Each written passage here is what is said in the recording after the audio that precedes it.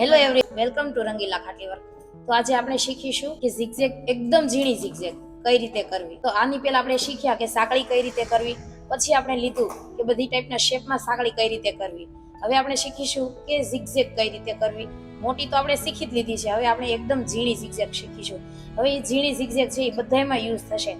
આપણે cut work બનાવીએ છીએ તો એ કટ વર્કમાં પણ એ ઝિગઝેગનો યુઝ થશે, એટલા માટે આપણે એ શીખવી જરૂરી છે। તો ચાલો આજે આપણે શીખીએ। આપણે જરૂર પડશે સૌથી પહેલા એક કસબની સ્કેલ લઈશું, સુઈઓ અને પેન્સિલ। આ 4 વસ્તુથી આજે આપણું વર્ક રેડી થશે। સૌપ્રથમ આપણે સ્કેલ અને પેન્સિલથી એક લાઈન ડ્રો કરીશું, લાઈન એકદમ સીધી। હવે આપણે એની ગાંઠ મારીશું। ગાંઠ થોડી વધારે મારવાની છે, જેથી કરી મોટી ગાંઠ આવી જાય અને કાપડમાંથી ઉપર આવી ન જાય, એટલા માટે આ ગાંઠ મારી છે।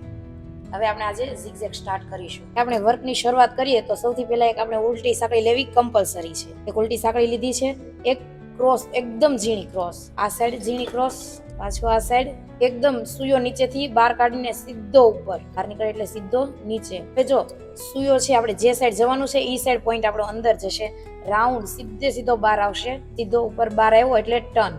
જો નીચેની સાઈડ પછી ઉપરની સાઈડ ટર્ન, એ રીતે આપણી ઝિગઝેગ નાની કમ્પ્લીટ થશે। આજે આપણે આને ડબલ સાઈડ પણ કરીશું, સિંગલ ઝિગઝેગ નહીં, આપણે ડબલ સાઈડ ઝિગઝેગ કરીશું। જો લાઈન સીધી ડ્રો કરેલી છે એટલે સીધી આવે એ રીતે આપણે આગળ લાઈનમાં ચાલીશું, અને આપણે એકદમ સીધી પરફેક્ટ રીતે થવી જોઈએ। લાઈન ક્રોસ જશે તો ફિનિશિંગ આપણું વિખાઈ જશે, એટલા માટે લાઈન એકદમ સીધી કરવાની છે। એ રીતે કન્ટિન્યુ આપણી ઝિગઝેગ શરૂ રહેશે। હવે થાય છે આપણી ઝિગઝેગ રેડી। જો કાઢીને ડાયરેક્ટ કાઢીને સીધો નીચે, મોટી ઝિગઝેગ નથી લેવાની, ખાસ ધ્યાન રાખવાનું છે, મોટી ઝિગઝેગ ના થવી જોઈએ। કારણ કે આપણે જો કટ વર્કમાં યુઝ કરીશું ઝિગઝેગ હશે એને કટ કરવાનું છે, રેણિયાથી અથવા અગરબત્તીથી આપણે એ કટ કરીશું તો આપણો ધાગો એકદમ બળી જશે, એટલા માટે જાડી બોર્ડર થાય ઝીણી એકદમ ઝિગઝેગ કરવી જરૂરી છે। આવી નાની નાની કસબની સ્ટીચીસ બધું શીખીશું। જો આપણે પાયો છે આપણો એ આપણે પહેલા પાકો કરવો પડશે, મતલબ કે બધી સ્ટીચીસ કરવી પડશે। તો આવી નાની નાની વસ્તુ આપણે અત્યારે કરીશું તો આપણે આગળ જતા મોટી વસ્તુ એકદમ પરફેક્ટ રીતે આપણું ફિનિશિંગ એમાં બેસશે, એટલા માટે આપણે આવી નાની નાની વસ્તુ કરવી જરૂરી છે। તો આપણી આ ઝિગઝેગ આજે એટલા માટે આપણે કરીએ છીએ કે આપણે આગળ આનાથી મોટું વર્ક આપણે બનાવી શકીએ। અને આ ઝિગઝેગ રેડી, સિંગલ સાઈડ આપણી ઝિગઝેગ રેડી થઈ ગઈ છે। મારી દઈશું, કઈ રીતે મારવી એ તમને આ વિડીયોમાં બતાવીશું। આપણે ગાંઠ મારી દીધી છે, આપણે શરૂ કરીશું એ સાઈડ ઝિગઝેગ।